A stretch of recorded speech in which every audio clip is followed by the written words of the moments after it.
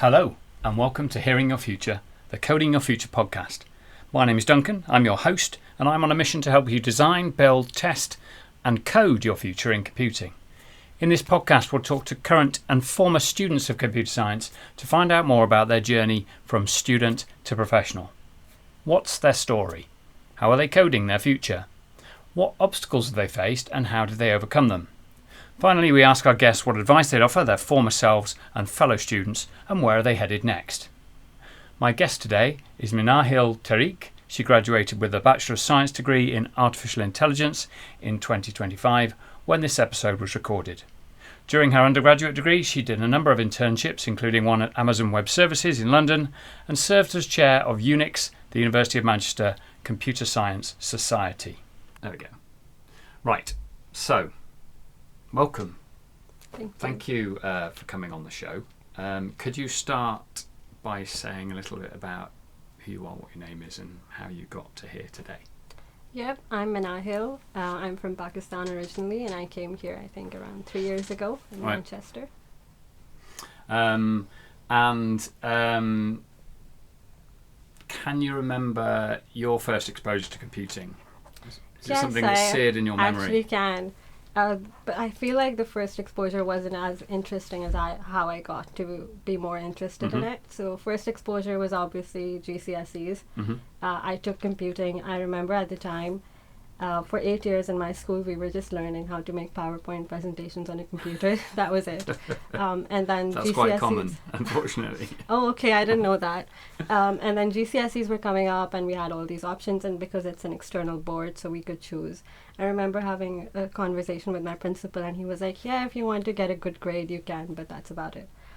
So then I did take it. I was pretty good at it because I had a mathematical mind. I think most people who end up in computing are like that. They're usually good at computer science and math. But at that time, I wanted to be a lawyer because of family influence, I guess. They wanted me to be a lawyer as well, and it seemed like the easiest career path for a girl. Because it's like sometimes you can even do it in less than 3 years, and there's lots of colleges that help with it. And then when I got into A-levels... So did computing as an A-level as well? Yeah, Following on from GCSE? Yeah. I was good at it, and I wanted good grades. I did take English language. I guess the teacher was probably quite good as well. Should we name check the teacher? Was the teacher good, or was it the subject that you really engaged with more than the teacher? Or a bit of both? I think a bit of both. But I feel like the teacher was like more helping us to get a good grade. Right. And I did have all good grades, but I felt like computing was something I didn't study for and still got a good grade. So yeah, I would. Right. And then I feel like my A-levels teacher had a much greater influence. So at that time when I entered A-levels, I took English language because I wanted to do law. And then I also got into things like debating and things like that. Everything I hated, but I was just building a career path for myself. And then I took part in this competition. It was an essay competition. And the topic was, interestingly, can legal decisions be passed on to algorithms? Right. So that when I started writing a legal essay, that's where I found out that I was actually more interested in the algorithm side of it. Than the law. And then I started to discover AI and really got interested in mimicking human intelligence. Right. Into AI, and that was I think my first exposure to some large language models as well, and how different kinds of research was going around in the world. I did win the essay competition, not on the basis of my legal knowledge, but it was an international, I think it was arranged in UK only. It was Immerse essay competition. And then the next year I decided to become chair of the Technology Society, which was a bit of a... high school? Yeah, A-level. Yeah. We do up till GCSEs, we are in a different school, and then for A-levels we moved to a college. And then there they had societies, and I decided to chair the Technology Society. And then because I felt like I was so away from computing, and I was in this sheltered world where I didn't even know how much stuff was going on around the world, and I didn't want others to be like that, especially because it was something so much fun and something I got so passionate about in very little time. COVID had a play in it because I was at home with my laptop, so I had a lot of time to research and be in my own world. So you were doing in your A-levels during COVID? First year was, in COVID. Second year was hybrid at first and then more in person. Right. So then, yeah, I connected with people from big tech companies because by that time I had made up my mind that I want to work in big tech. So Right. I contacted some people over LinkedIn from Microsoft and Google and Honeywell. My dad helped as well. He had some old friends from college. And then I held webinars with them. And then I also quickly started to get good at programming, and I held programming workshops. Right. So by then it was pretty clear that I would do a degree in computing. Like, That's an interesting story. I think it's kind of interesting when people have changed their mind, right? Because you go out on one path and then you actually fork off on another one. Yeah, it has a lot to do with the exposure that you have in your earlier years, like definitely. Parental influence and teachers and how you grow up. And also what you're exposed to. I guess COVID probably played a factor in being more exposed to computing than perhaps had there not been. I know some other pandemic. people as well who, like, because of COVID, they learned so much of coding. Stuck indoors all day. Yeah. Okay, good. So you then decide. So then, by the time you finish your A-level, you decide, right, I want to do it at university. You come to university. You finished your first year. So that must have been a big change coming to a new country, adapting to studying here in the UK. Yeah, so it was a huge change for me. So initially, the plan was that my parents would come and drop me here, as they had done like my entire life. But then their visa was delayed and mine came before them. And Manchester was also like a last resort for me, right? Kind of, because I wanted to go. I wanted to go to the States. I didn't get into any Ivy Leagues. Yeah. That was my initial plan because I was meeting these people who were at like companies in the States. Yeah. So that's where I wanted to go, Silicon Valley. Yeah. And my dad was like, just for backup, because he was seeing that I was applying to these top 10 universities in the world, like on the Ivy list. So he was like, you should, consider 5 UCAS options in the UK. And just one day before the deadline, I wrote my essay for Manchester, but I had really good grades, so I would have gotten in. Right. So obviously my visa and plans for the UK were very much delayed. I had also paid like a fee to keep my admission in the States, but then I ended up here. I guess it's where I was meant to be. You have to pay to apply to the universities, or you so pay first of all, you pay to apply. That was actually waived for me because I was applying to a lot of places, and my counselor was like very, very proud of how far I had come. But then once you get your place, you have to pay to hold your place. Oh, right, got it. Like you have a time period. Right. So I had paid to another university. But so when they make you an offer, you have to, as well as sort of, in pay order to to hold accept the it. offer, you have to pay to accept it. So I guess to stop people changing their mind. Because then you could, do it and then not come. So I guess it's a certain level of commitment. They do refund part of it later on. Right. So yeah, I was a bit late to Manchester, but I was the kind of person who wouldn't even go to school without my mom. Like up to A levels, my mom would drop me, and a lot of my friends were like, "You need to grow up," but I never did. And I didn't even go to like the corner shop without my mom. Right. And here I was sitting on a plane, and I was like, "What have I done?" Right. So yeah, it was but exciting, really I guess. Daunting, but exciting at the same time. Yeah, at first it was daunting and very difficult to settle in. I guess I just distracted myself by being in Kilburn all the time. Right. And it was really lonely at the night because from where I come, it's a very, very noisy city. You can hear cars all night. Right. And That's, here I was is it in Karachi? in so Karachi. Big, it's massive city. Yeah, and we Much also bigger live than on Manchester. like a main road. Yeah. So there's cars like all night. And I was in my dorm room and I could hear myself breathe. I was like, what's happening? And then there was thankfully these extractor fans, so I could get that noise to sleep. Okay, good. So you've done your first year, and I guess there's probably a lot of stories you can tell about settling in. But I suppose the next thing I'd be interested to hear from you about is you got the end of your first year. I think, had you finished your first year of study, did you just think about doing a summer internship at the end of first year, or were you? So yeah, in first year, it's fortunate that we have these pass sessions. So my pass leader was Sam. Right. Great. Sam. Sambhav. Right. Okay. He is amazing because he was like chairing I think 5 societies at the time. Right. And he was also applying for internships, and that's what he was doing all the time. And then he really guided us. And when he looked at my CV, I think he was the first person who looked at that ugly piece of tables My CV was literally in tables. The thing That's quite common though. I think like often people have got really good content, but they because I mean when you do your UCAS application, you just fill in a form, so you don't have to worry too much it was about exactly formatting. that. Whereas and when they you do a call it your CV, it's CV. like you can do it's like freeform. You can do it any way you like. They call that the CV. Like high schools, they print that out and they make you fill it, and that's officially your high school CV. And that's what I had. But then I joined UniCS as well, and I saw everybody around me was applying for summer internships, and I was like, okay, this is something I need to do as well. Right, good. So did you find something at the end of your first year? No, I was, because of the condition of my CV, I was getting rejected. And I had I was good at interviews, but it was just that my CV... Getting the interviews in the first place, right? Yeah, it was just that I never got the interviews. Some of them, the video ones I did, but my CV was in a horrible shape. And I wasn't good at coding interviews. Like, even if I made the video interview that's online, I wouldn't get through to the second stage. One thing that I probably should have done, and I did do, is an insight week, because they have they already assume that you're a first year and you don't know how to do things like CVs and things.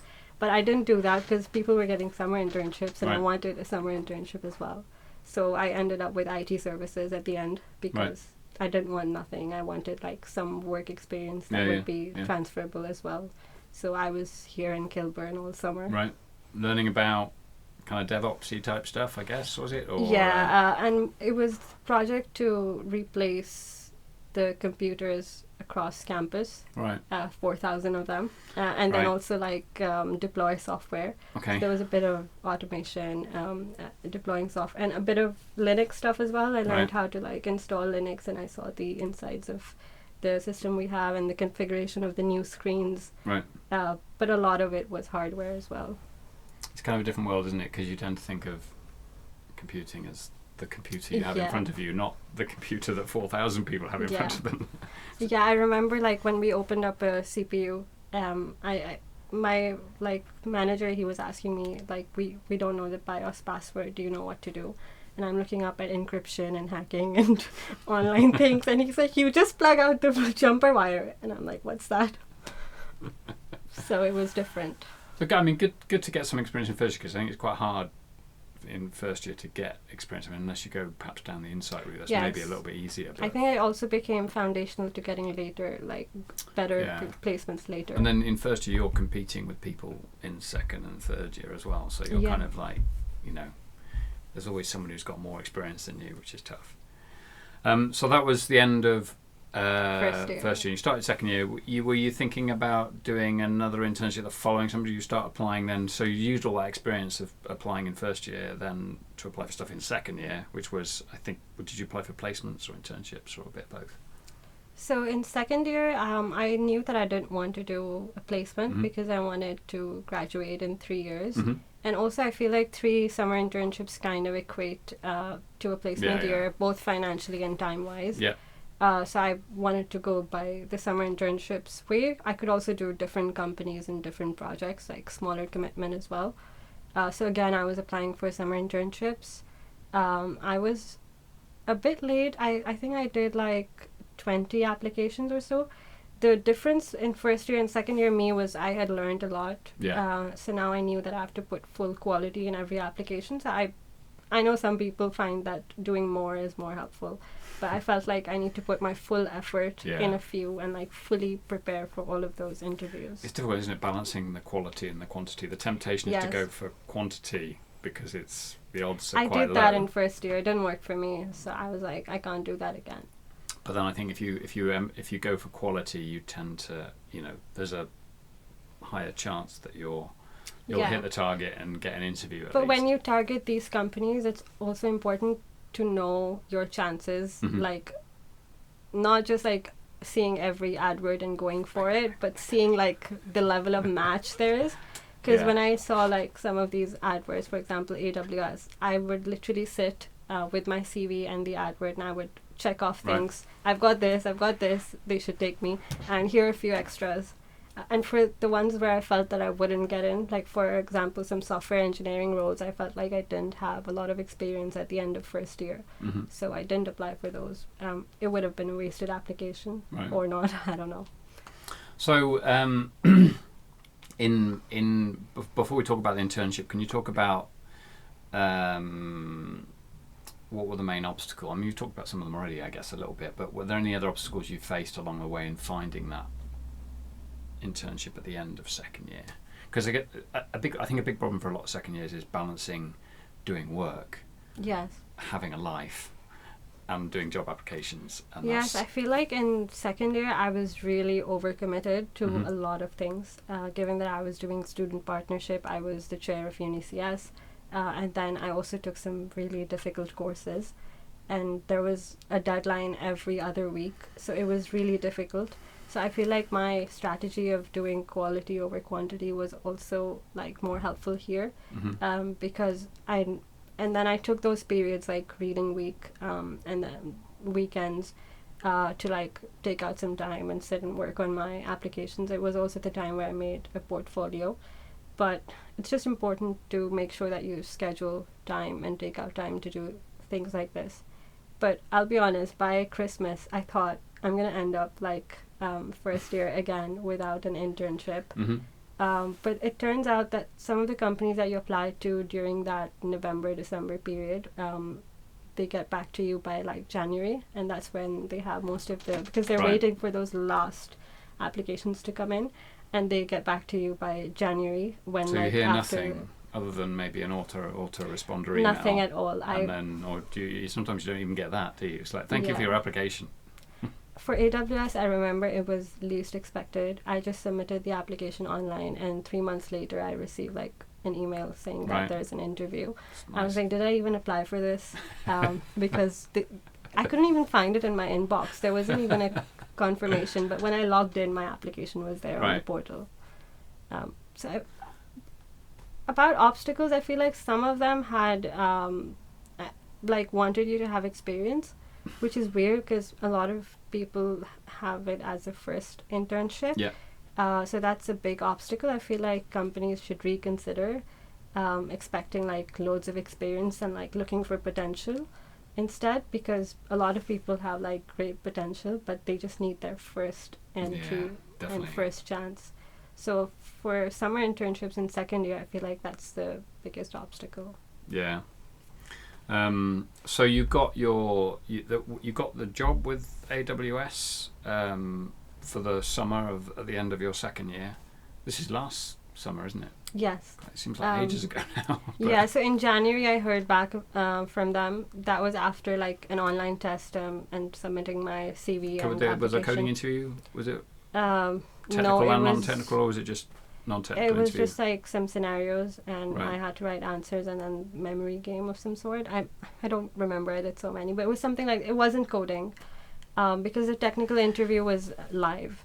And so in January I heard back after all these things that I'd done back in November, and during my exams I had my interviews, and there was a lot of coursework as well, but some people were like, focus on this, and then I did.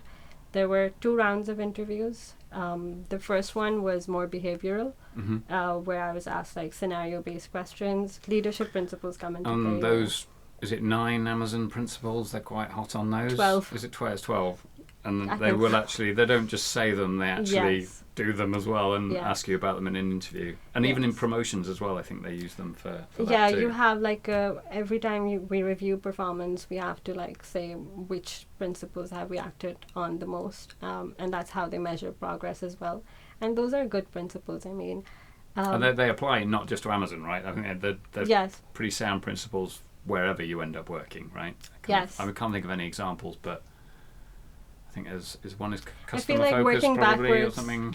Working backwards, like customer obsession. Yeah. These are principles you could basically apply everywhere. So I feel like getting through that first interview is just knowing the principles by heart, speaking them in every answer, and making sure that you justify all your choices by the principles. All right. And then the second one was a bit more technical. There was an ML engineer, I think, who interviewed me. Right. It wasn't the traditional coding interview where you go through a question. He basically opened my portfolio, and he picked a project of his choice. I wasn't expecting it. First, he like asked me to walk through my portfolio. That was a link on my CV that I never expect anyone to open, but still put it in. They do. So yeah, he opened that. First I walked through it, and then he randomly picked one, and then he asked me to walk through the entire tech stack of the project. Right. And even the libraries that I had used. Right. So yeah, that was about the technical one, and we also went into the specifics of the code. So I guess one advice for that kind of interview is to know your projects and not put something on your CV if you don't know it well. Yeah. Was that an ML project as it happened, or was it not an ML project? No, it was Python automation. Right. It was basically a project I made to automate things on WhatsApp because I was dealing with a lot of WhatsApps because of my extracurriculars. And it was also a fun thing that I made while COVID was happening. So it was also something that I happened. Something that ran on your phone? Or something that ran... I used it on my laptop. Right. I don't know if it can run on your phone or not. Probably. I also use that to The WhatsApp application that you run on your desktop. Yes. That's then tethered to your phone effectively, so you've got WhatsApp on your desktop. Oh I guess most I didn't think of it that way. So most people use it on their phone, don't they? But actually, it's a lot easier to use it on the desktop sometimes. But I feel like for my application, it would work on... you'd have to have the desktop open because I ran it on command line. It didn't have a connection of sorts. Yeah. So we just went through that. Right. Sounds good. Can you say a little bit about what your roles and responsibilities were at AWS last summer, what you were doing, the stuff that you can talk about, obviously? Yeah. So I was part of the mainframe modernization team. This is in London? Yes, I was working in the London office. I was part of the mainframe modernization team. Now, this is not something I chose because I don't even know. I didn't know what it meant. Now I know. You just get deployed, right? You get accepted and then they deploy you into whatever team they see fit. Yeah, and then you just... But my manager did tell me that he usually got to interview people and talk to them about their interests and put them in a team. But that didn't happen with me. I don't know what happened there. But also he was in the States, my entire team, as I told you when I met you after my internship. My entire team was in the States. Me and another intern, we were just the ones in London office. Right. And the other intern, she was an MBA intern. And she was I think more than... Okay, I shouldn't say that, but she had 8 years of experience in data science. Right. So we could connect, but not in a way that I would have with local teams. How there, on the other floor, there were 35 interns with local team. So I was a bit jealous, but then I settled in. So in the mainframe modernization team, we basically are looking at companies with legacy workloads on the mainframe and then modernizing them to AWS. Right. My role was... This is clients rather than... It's not an internal thing, it's clients. Yes. So my work was more internal. I would sit in and observe customer engagements and customer meetings, but not directly engage with them. I wasn't there in the meetings. My job was to streamline the internal process. So basically it was a new and growing area. I was in the worldwide team that basically led the strategy for the rest of the teams and the other regions. Right. So I made this enablement platform where I observe the process from end to end, where a customer comes and then we look at their workloads and then build a pipeline of how we're going to bring them over to AWS. Right. But then there was a bit of a gap because it's a highly technical field. So there was a bit of a gap between the account teams that the customers come to and then the deployment teams. So I was working on making a platform where we could bring everything together and enable more engagement with customers and a faster pipeline, basically. Sounds interesting. Sounds quite hard as well. Sounds quite challenging. So we get a lot of training. That's the thing. Whenever I tell someone which team I was in, it's a bit intimidating at first, but we get a lot of training. There was a 3 months onboarding plan, which is basically the time I was there. And the courses are 10 hours long. Is that AWS University, do they call it, or is that something different? They one have of this them thing is called these kind of onboarding programs. One So of them you do is. it in your spare time, or you do it. You have a certain amount of time every week where you're doing. You have to do it on the stuff. job, Right. I mean, sometimes when I felt like I was behind on my project, I would do it at home, and some of them were a bit extra as well, because they just wanted you to have a whole comprehensive picture. And then there was this ML university that we attended in the other London office for 2 days. Even though our work was not directly related to it, but they offer a lot of training. And even the platforms that I use, like lots of internal AWS tools, because you use all their tools, they offer like a lot of training. And then once a week, there's a meeting with your manager who guides you to more resources so that you can feel like you're a part of a team and not, not somewhere you don't belong. And then twice a week, there's a meeting with a mentor. For me, all of them were in the States, but they did make sure that our time zones clashed at some point. And then there's a subject area champion as well. Right. So like as you're drafting resources, you're obviously not the expert there, so you can get everything reviewed by them. Right. So there's like a lot of resources to help. Sounds good. I guess kind of main. So two questions there are main things that you learned, and then the other one is, what did you most enjoy about that last summer? So I feel like one of the main skills that I got, it might be a bit ironic, but it was about scheduling. Because a lot of my time, I think 1 hour at least per day, was spent scheduling meetings. Right. Because I was meeting with people from different parts of the world, sometimes Japan, sometimes Australia. My team was in the States. Some of the people were in France. So keeping up with their time zones, sometimes I would end up waking up at 6 a.m. or like sleeping at 11 p.m. But the timings were flexible. I could then sleep in the afternoon. Right. So one great skill that I got was learning the classic Outlook, getting everybody's time schedules in like one place and making sure my schedule is visible to everyone. I feel like in university, we just mind our own business with our own schedules, even with the roles I had before. You have your schedule, a lot of your schedule is sort of imposed on you. But you're given a timetable, right? Yes. And you're given deadlines, and okay, you can decide but a little bit when you do make things. your own. But you kind of. And then people send you a request to propose a new time, which I didn't know existed. Right. And then you have to accommodate for that. And then for things like office hours, so because I was introducing a new tool, I had to do office hours over 2 weeks, which meant like bringing all these people from all over the world into one like virtual room, right, which was near impossible because of the timing. Yeah, right? so then I like ended up doing 2 sessions, but knowledge of time zones, and the States has more than one time zone, by the way. Of course. More than Is it, how many is it? 5? 6? Yeah, I don't know how many, but And more than 3 at there's a least. significant difference between East Coast and West Coast, isn't there? Because like, especially when you compare it to UK time, like one of them is a sensible time in the US, and one of them's really not a sensible time if you're talking to people in California. Yeah, so knowing that they're from the States is not enough. You have to know where in the States. So yeah, that's one big skill, which is very important, and it's transferable to lots of different roles. Yeah. And then another one was obviously AWS and cloud skills. Right. We don't learn them at university, at least in first year. So that was like I had the concepts. Did you do any of the AWS certifications along the way? Did you get any of those? Yeah, lots of them. I think I did the cloud ones and all the mainframe ones and mainframe modernization ones and some of the compulsory ones as well. And then I learned some more ML as well, which reinforced like the knowledge already taught at university.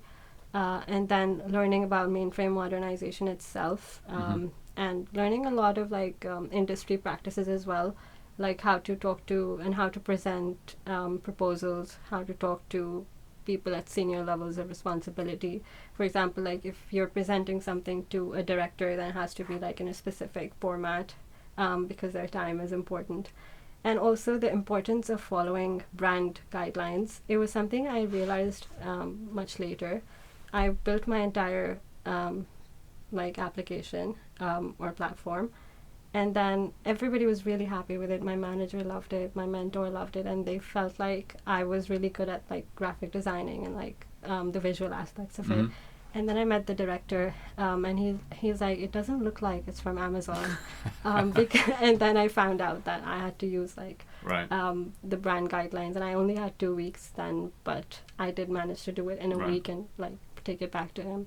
So knowing later, I did a course in UX, which reinforced this, but I hadn't done it was that in the second one year. you did this year? Yes, in third year. Simon's So course. what he said made more sense then, because Simon taught us that it's not your job as a developer or like as somebody who's not a UX designer that you're not supposed to like come up with your own colors and your own designs, no matter how pretty they are. You have to follow like the brand guidelines, and you have to let the team responsible for doing it do it. I mean, I guess it's good to understand it, right? But yes, you should can't know how do to everything, do it. can you? You can't do all these different things, right? Interesting. That's So, you said like obviously you learned heaps there by the sounds of things. So, anything that was particularly enjoyable or rewarding about that? I mean, I guess it must be nice seeing. I think it was about meeting a lot of people and having the level of impact that I did, because there you measure everything by the impact that you have. Like, everybody loves numbers, and like at the end of it, the subject matter expert, we called them the content champions, even they were really happy with it, and my system was able to like bring together people who were not as easily connected from different parts of the world. So like they were really happy with it, and I also built some really good connections. They're not in the same country, but they do keep in touch, and and you never know when they might be useful, That's or true. they might move country and suddenly they'll be working in the same country as you in the future. Yeah, I feel like one of them came here to visit the UK office. There was a conference happening, so I met them. But really, I feel like the exposure that you get and the number of people that you meet and the real responsibility on you for the first time, that was really gratifying. Good. That's good to hear. So, summer comes to an end. You start your final year in September of last year. Can you tell us a little bit about what you did for your final year project, which you've just finished or recently finished? Yep. So for my final year project, I worked on knowledge graphs. So I didn't. What's a knowledge graph for people who? I mean, I guess most computer scientists should know what a knowledge graph is, but what I do you mean didn't by a knowledge actually graph? before getting exposure to the project.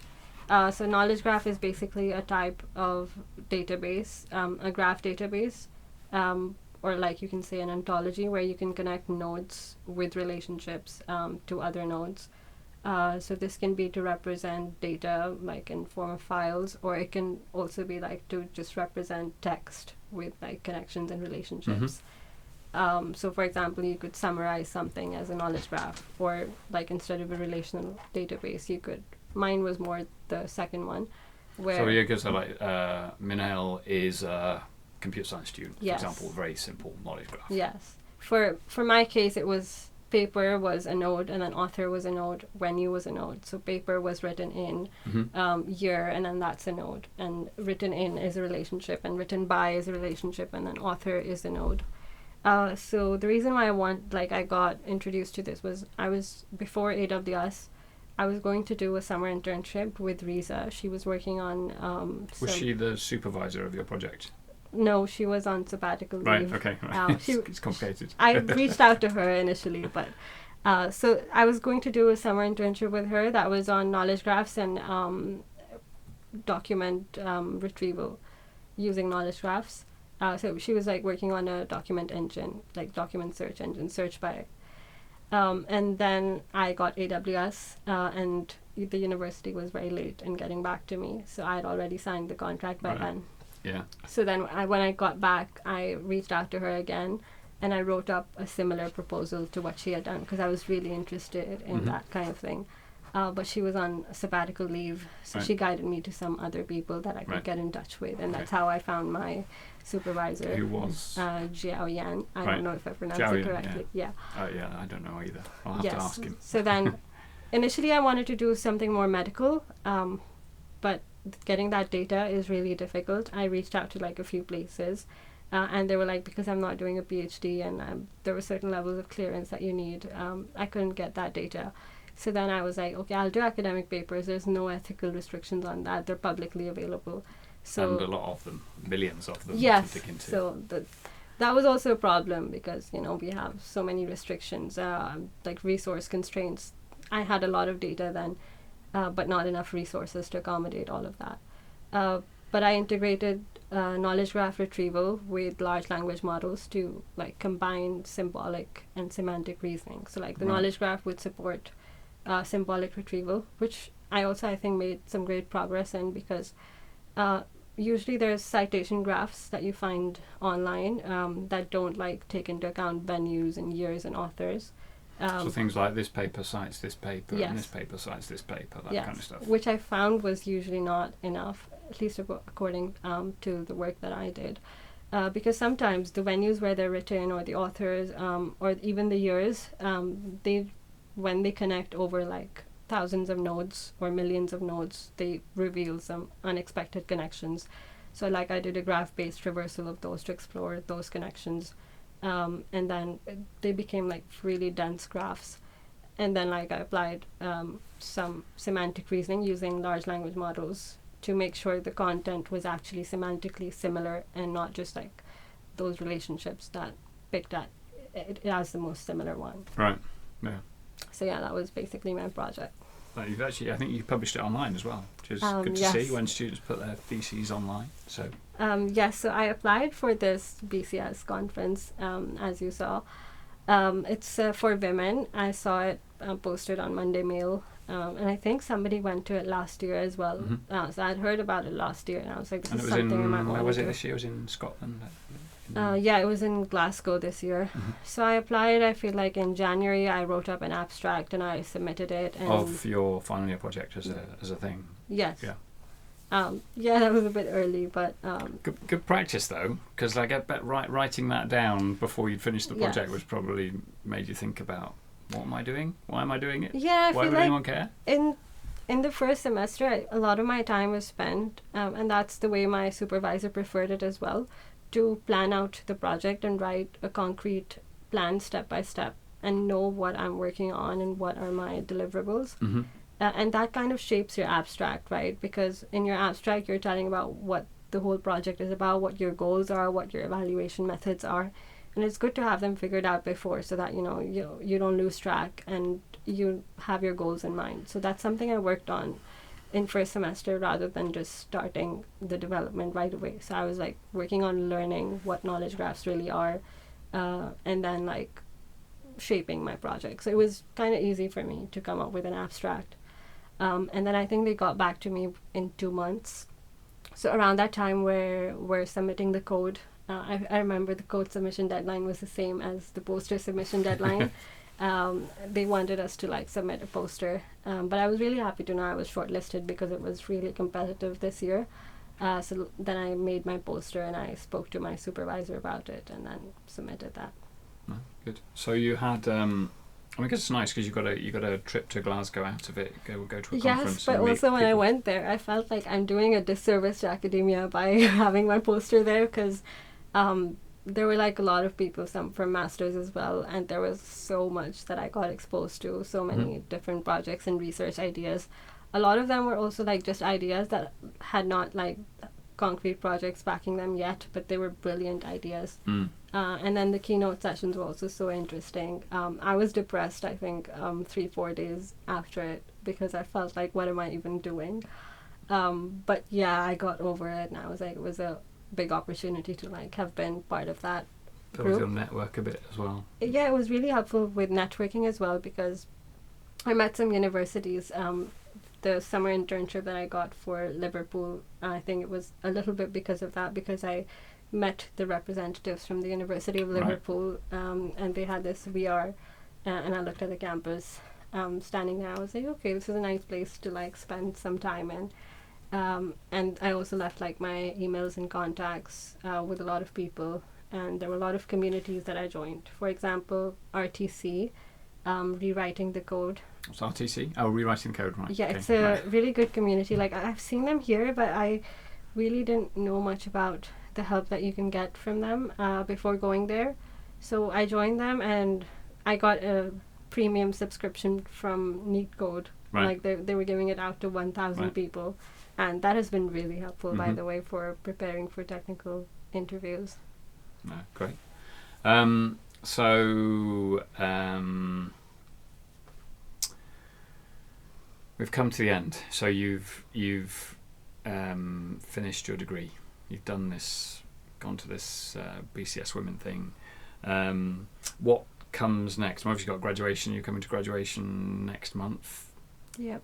And then, so what comes next? What do you plan to do next?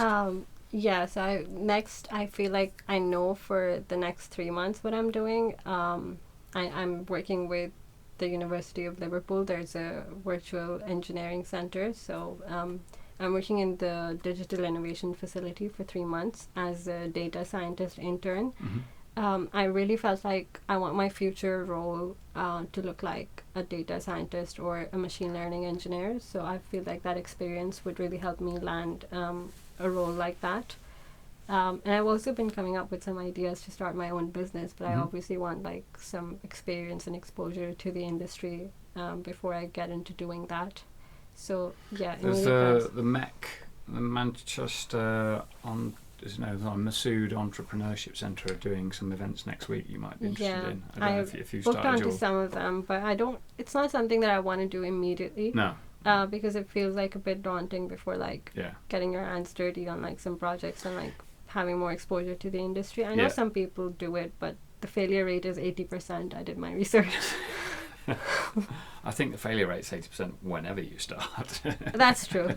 That's true. But yeah, okay. And I know you've had some struggles with, because I've been talking to lots of students about visa issues. Where I was in a seminar, I don't know, were you in that eGrad careers seminar earlier this week? There was there was an eGrad seminar. I booked in, but talking a while. So, what was interesting about that was I learned that you need if you're not going to buy a graduate visa, well, you can either go for a graduate visa, you pay for it yourself, but they expire after 2 years, so you'd have to get the employer to agree to carry on sponsoring you, and some are not. And then the other route is then sponsorship, where they fully sponsor you, you don't pay anything yourself. And both of those routes have been difficult, I think, this year. What's your experience been of that? Yeah, I think it's really difficult because some of the roles that I apply for, they just directly email after the pre-filtering that you don't have a visa. Even if you do get the graduate visa route, a lot of employers these days are looking for a permanent right to work status, which means that you either have a British passport or some kind of settlement status, so that because they're looking at like long-term prospects, they want you to continue without like having to need a visa for like the rest of your career, or at least 5 years. Some of these companies also have that 5 years clearance where you need to be in the UK for 5 years and then they'll sponsor you, which doesn't kind of work because no degree is 5 years long except for, I guess, medical. So a lot of companies have that as well. I remember I reached out to one of these recruiters as well, and I was like, you say that you do sponsor for some of these roles, and then they're like, but you need to have 5 years. And I was like, okay. It's frustrating because it's hard enough having to do all these applications, but you really don't want to waste any of your time applying to jobs where the answer's no, just because of the And they don't clearly visa. say it. No. It would have been like a bit more easier if it was said on the page, but you submit your application, you do the psychometric tests, you spend your 2-3 hours on it, and I'm the kind of person who believes in like putting time and quality into an application. And then you hear back saying that you're not eligible. And one of them said that you don't have the basic requirements, and I was like, wait, do I not have a degree? So the basic requirements are, I feel like if you've done a degree here, then you should be able to get some work experience before like you take it and turn it into something big. And this year, surprisingly, I had some junior students come up to me and they told me that second years? Yeah, they were facing trouble with Insight Weeks and summer internships as well, which is thankfully something that I've never had to face in my batch because they didn't care about visa because we were working on the student visa, but now so we should say like while you're a student in the UK, you have the right to do a summer internship or a placement if you want because it's part of your study. And that was pretty clear and nobody cared about like when I got my call from AWS, I was just asked, do you have the right to work in UK? They didn't ask me when it expires and those kind of questions because it was just like a summer internship. But students this year have faced trouble. Like in Insight Weeks, they say that this is an event for permanent visa holders only or British nationals. I feel like HSBC Insight Week was one of them. Like people couldn't even do the 1 week thing. And I think even just a year ago, I know Barclays, for example, were doing a year ago they were okay with it, and then a year later it all changed. Yes, so I feel like at least they should get summer internships. Like students are already like in so much struggle and so not confident about themselves when they're applying for Insight Weeks and summer internships, because it's going to be their first time working in industry and like applying their skills in the real world. And when that becomes a barrier, as soon as they start applying, it's really becomes like hopeless for them. And at that point, I didn't even know what advice to give to them. So I just asked them to like look at more companies. Yeah. Yeah. I mean, you can find information out. So that seminar I was talking about, I went to this week, you can dig in by, so for example, financial services is one of the sectors that does tend to sponsor these visas. But even within the sector, there's variability. So I think Bank of New York weren't doing it, you have to be Bank like of a bit America early. are. So it's kind of like you, even within a sector, you can't know. I think Amazon's name came up as being somebody who did sponsor visas. But they do in the UK, but my offer was for Spain, so they don't do that there. Like I said, my team. So you had, that must be frustrating. So you've impressed them. They like you. They make a return offer. Yeah. But it's not for the UK. It's for Spain. So you can't take it. Yeah, I was like really happy with my team. My team was really happy with me as well. We were a good fit, but like things just technically didn't work out. But also I feel like applying a bit early, I got a bit late because I was like expecting, I had an offer and then I didn't. So I was sort like of a bit late. withdrawn at the last minute, effectively. Like you had an offer in hand and the offer was withdrawn. And I could not think of like a better place to work at than AWS, because I felt like from childhood I was like, I want to be in big tech, and this was finally happening. And finding a culture fit was also like so difficult. For example, sometimes you're stuck working in places where you find that it's not for you.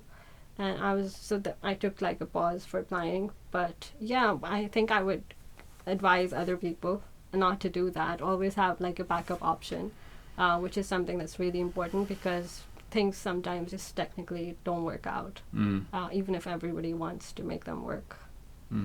So I think if you get early applications in for graduate schemes, companies like Deloitte, and then JP Morgan, Amazon, Google, all of these sort of companies do sponsor.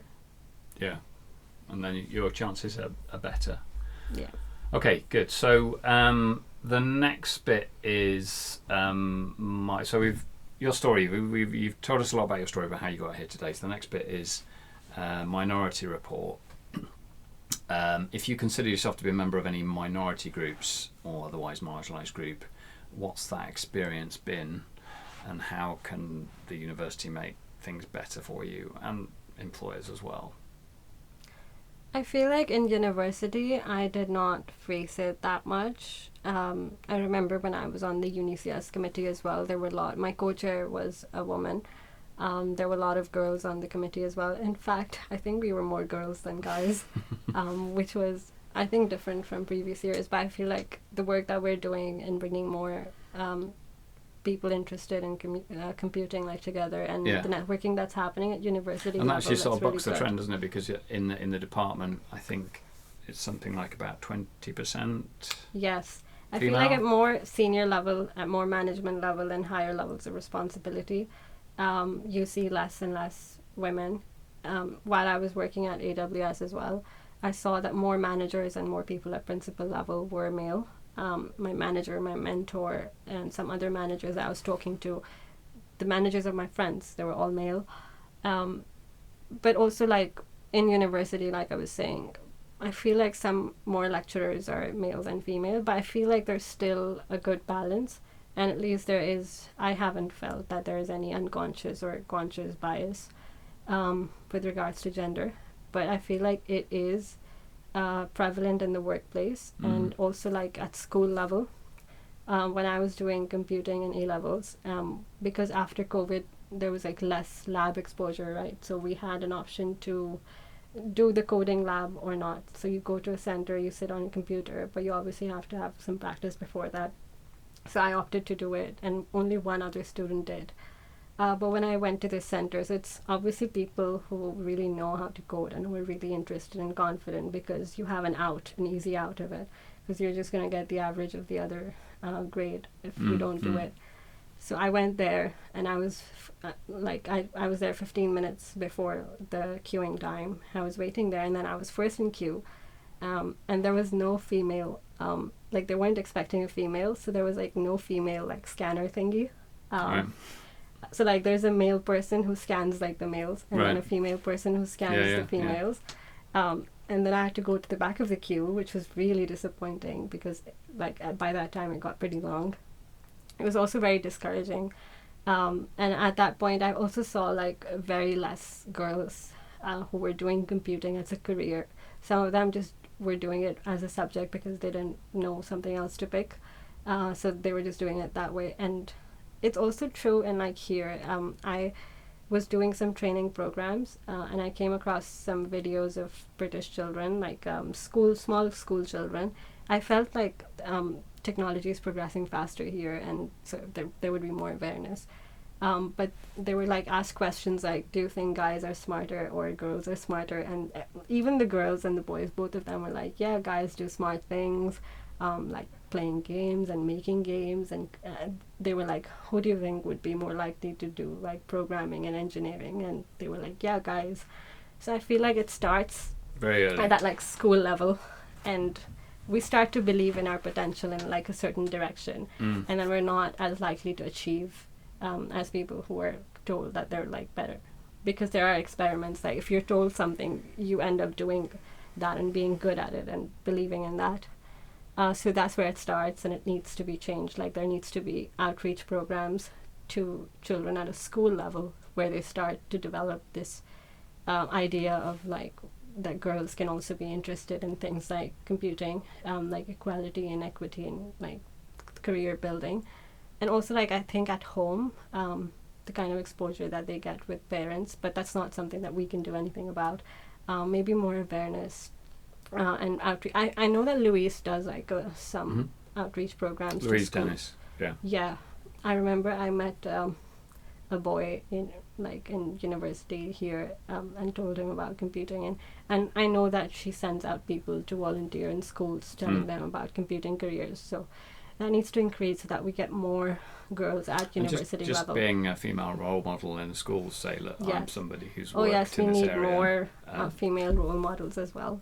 The Yeah. next thing is I've just appointed you Vice Chancellor of the university, and I'd like to know what you do to improve teaching and learning at the university. You've obviously been exposed to a lot of teaching at the university, and presumably there's been some variable quality there.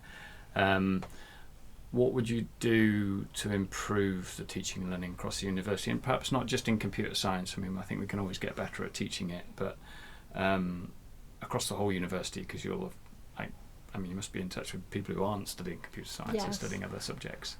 So I feel like I saw the importance of a more interdisciplinary approach to teaching and learning more after my student partnership role. So student partnership was was that the thing you did at the end of that was during term time? Yes, were I did at- that. So I signed up for it at the end of first year, and then Right. I started the role as part-time during second year. Right, and you were advising. Remind me which part of the university you were working with at that point. Institute of Teaching and Learning. Right, okay. So they Yeah. were the ones that I was partnering with. My staff partner was John, who teaches English literature. John Roach. Roach. I don't know if I'm I pronouncing can dig it out the name. correctly. That's it. you Yeah. sort of- So So you were working with them to make teaching better effectively. yeah, so he had like a project in plan. So we were exploring student marginality, and coming up with teaching methods to make sure marginalized students, have like a better say, and their voices are like more amplified, and they feel more central to the teaching and learning experience. So the first part was obviously like exploring marginality, the ideas of it, which kinds of students and what kinds of practices lead to feelings of marginality. And then it was more with coming up with tools. So one of the things that we introduced in his course was digital annotations that would help students like collaboratively annotate texts and like he could see their thoughts and have a more hands-on approach, and the students that don't feel so comfortable in like speaking up during lectures. Was that hypothesis? Was it? Were you using Yes. a tool called hypothesis for that? Yes, And that that's was- the tool that we. What did you think of that? I've not used it myself, but I know about I it. really liked it, but I also felt in the beginning I felt that I was a little bit of a mismatch, because as a computing student, it's not something that we do, like critically analyze texts. We just look at it and it's the one thing that you have to believe in because it's the right thing, it's the logic, it's the math, it's the formula. But in literature, there's a different approach. Everybody has a different opinion, and the lecturer is not really like delivering, like teaching something to you that you need to learn as is. It's more about having a discussion and bringing out different themes.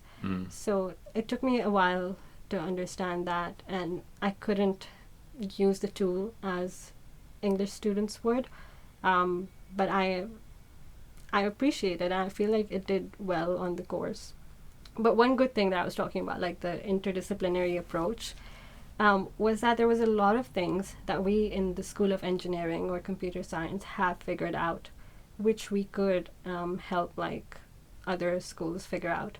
And there are some things that other schools have and that we haven't. Yeah. For example, in business school, there's this thing called consultancy meetings, where before submitting a coursework, you have multiple opportunities of talking to your lecturer about it and them going through it with you. Sort of pre-marking. It's not like marking, but they're like helping you find more resources, telling you where you could improve. Like they're not giving you like a mark of sorts and not saying that this is right or this is wrong, but like telling you areas where you could improve. And sometimes it's just so daunting to find the right resources and come up with the right ideas, and they're like helping you get there, Right. which I feel is something so important. And seeing that first year students here struggle a lot, I feel like there's a lot of work in the computer science department for the first year modules. I think one of the highest malpractice rates are in those programming courses, the two of them. I had a lot of my friends who got caught in them.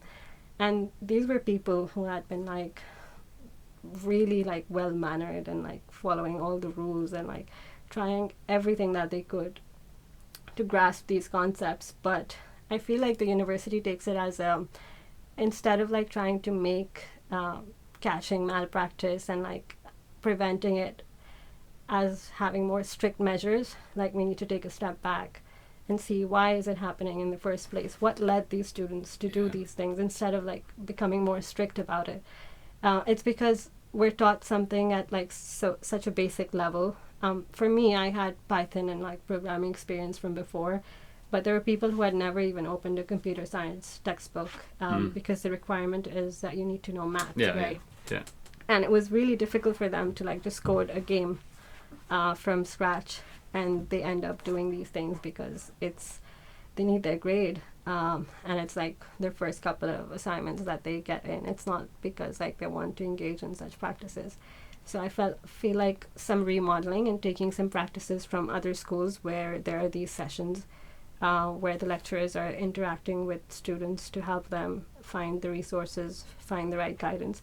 Because I do understand that they have a set of learning outcomes, and they need to get the students up to that level before moving on to second year. So like maybe a little more support. Right. Consultancy, what they call the consultancy meetings, I didn't know about that. That sounds interesting.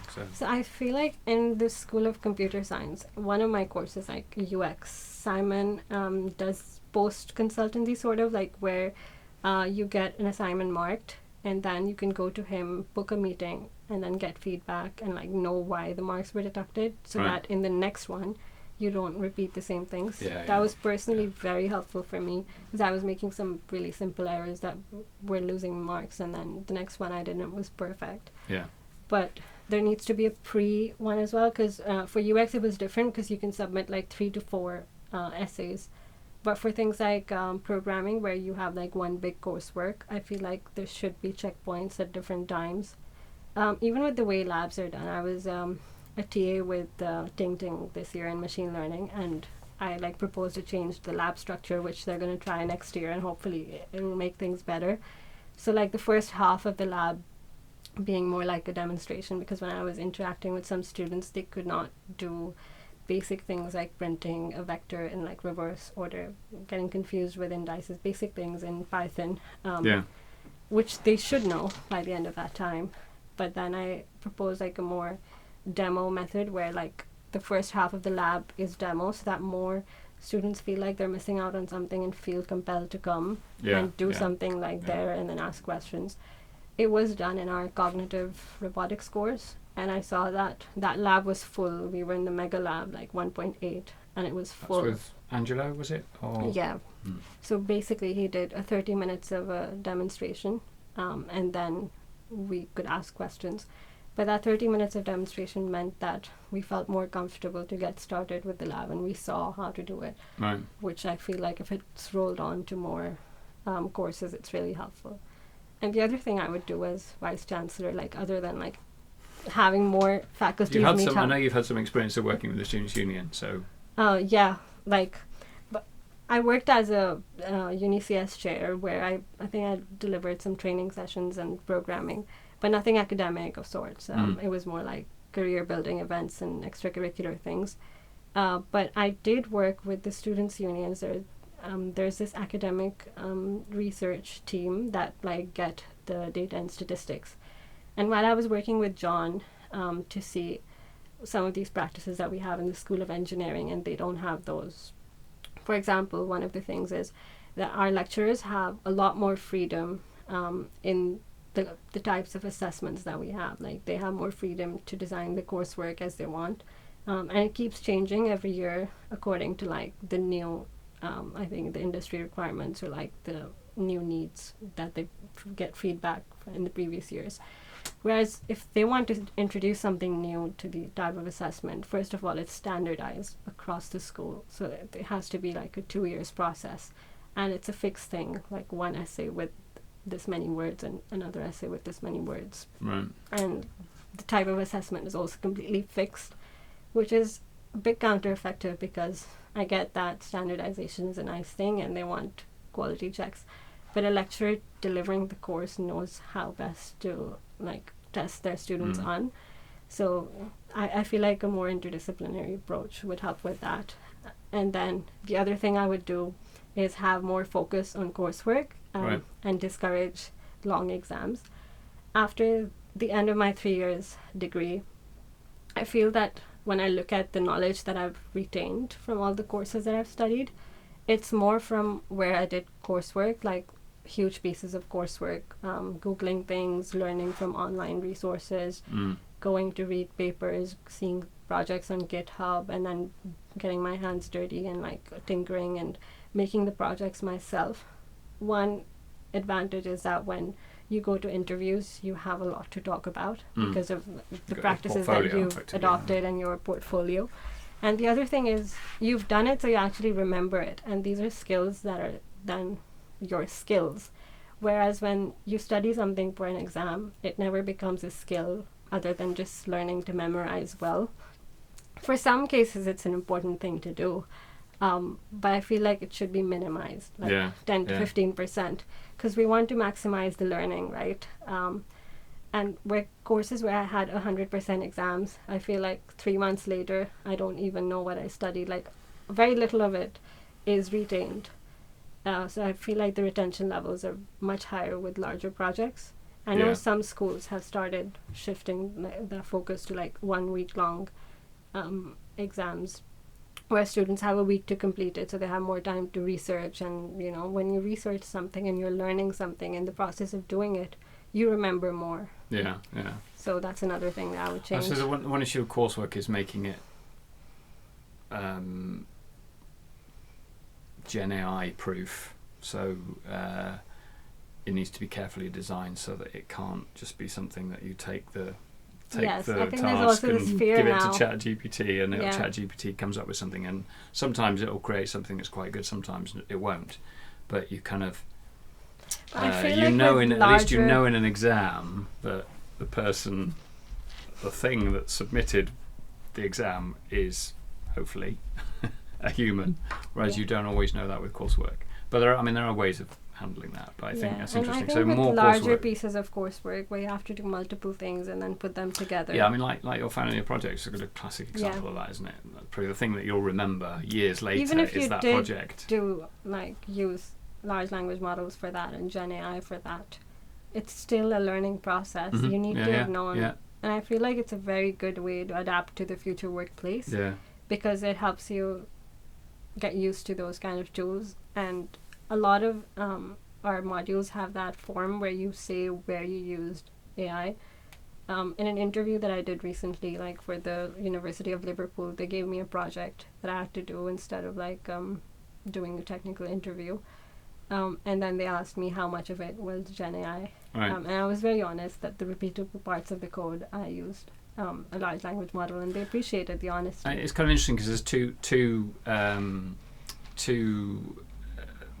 positions taken on coding interviews now. One is you're not allowed to use Gen AI, and the other kind is you are allowed to use Gen AI, and we'll have a conversation about that, how you used it, and how did you validate what it gave you, all that kind of stuff. I guess employers are now in a very difficult place. I've seen some really weird forms of assessment ever since the rise of like students using Gen AI to craft applications.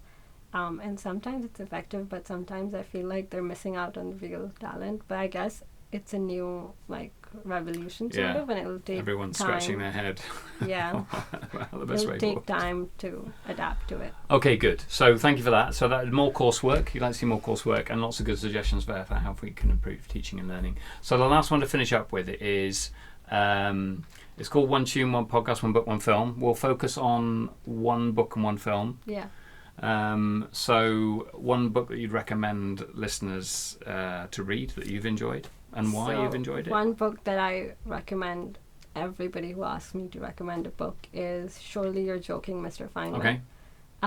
It was recommended to me by someone, and when I read it, I fell in love with it. It's like, and it has so much to learn from it. Like the advantages of having this playful and curious nature, and not being afraid to ask any questions, and like not being afraid to shy away from like the standard ways of solving a problem. And you don't expect a Nobel physicist to have that playful and curious mindset and like play off all those pranks that he did and have such a good sense of humor, because a physicist and a super smart person, or like mathematicians, they're portrayed in like a very different light than when you get to know this person. So I feel like it's a really good book to read. That's a good book, thank you. Good to hear you've enjoyed that. And then the other one is one film. So any film that you'd recommend people go and watch? I'll recommend a very contemporary one, The Intern. The Intern. Is that the Google one? Is that no? Is that no? There's no Google in it. There is a film called The Intern that is about working in a big tech company, but this is a different one. It's not a big tech company. It's a startup. So it's about this 70-year-old intern who joins this online fashion startup. It's like a tech fashion startup. Right. So the themes are like around. So the founder is a woman. So there's a lot of like woman leadership, but it's also like it has very comedy like feel to it. And this 70-year-old person is trying to make small difference, comes with like 40 years of experience, now working as an intern that nobody feels like they need. And it's so relatable, because I feel like sometimes when we join as interns, we also feel like there are all these people working in senior positions with years and years of experience. And you're the most junior person in the organisation. And nobody cares about your opinion. But there are these small things you can do to make a difference, and then earn trust over time, and that leads to getting more levels of responsibility. Right.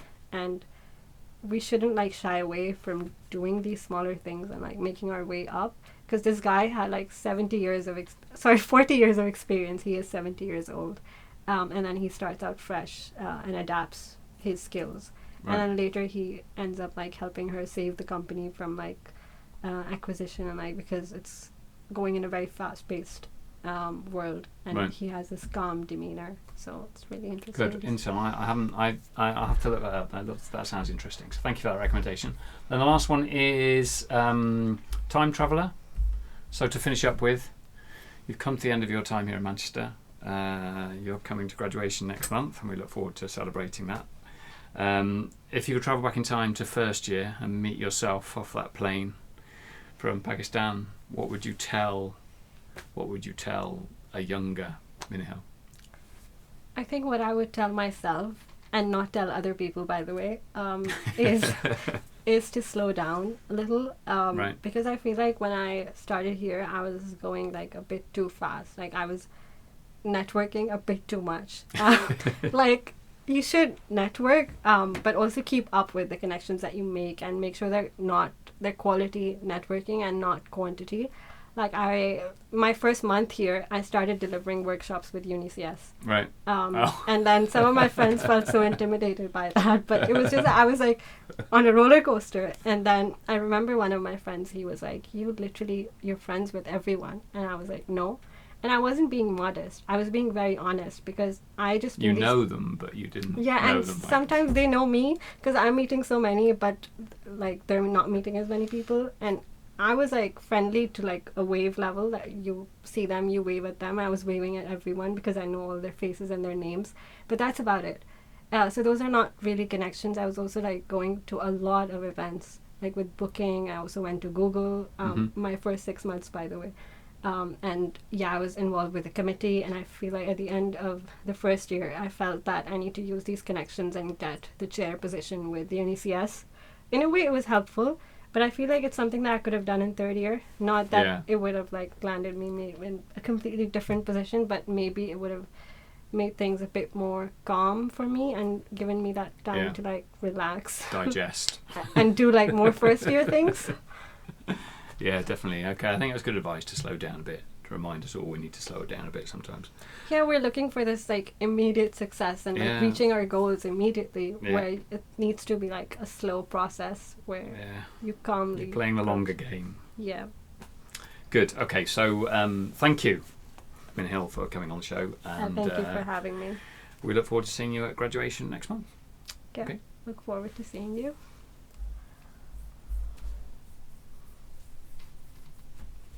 Stop recording now. Where's my mouse gone? We ran over a bit. I hope your next appointment won't be. Thank you for listening to Hearing Your Future, the Coding Your Future podcast. You can find out more about this episode and all the other episodes, including transcripts and show notes, at cdyf.me. That's Charlie Delta Yankee Foxtrot Mike Echo. You can also find us on all the major podcast platforms by searching for Coding Your Future. Subscribe or listen wherever you get your podcasts. I hope you found something useful to help you start coding your future today.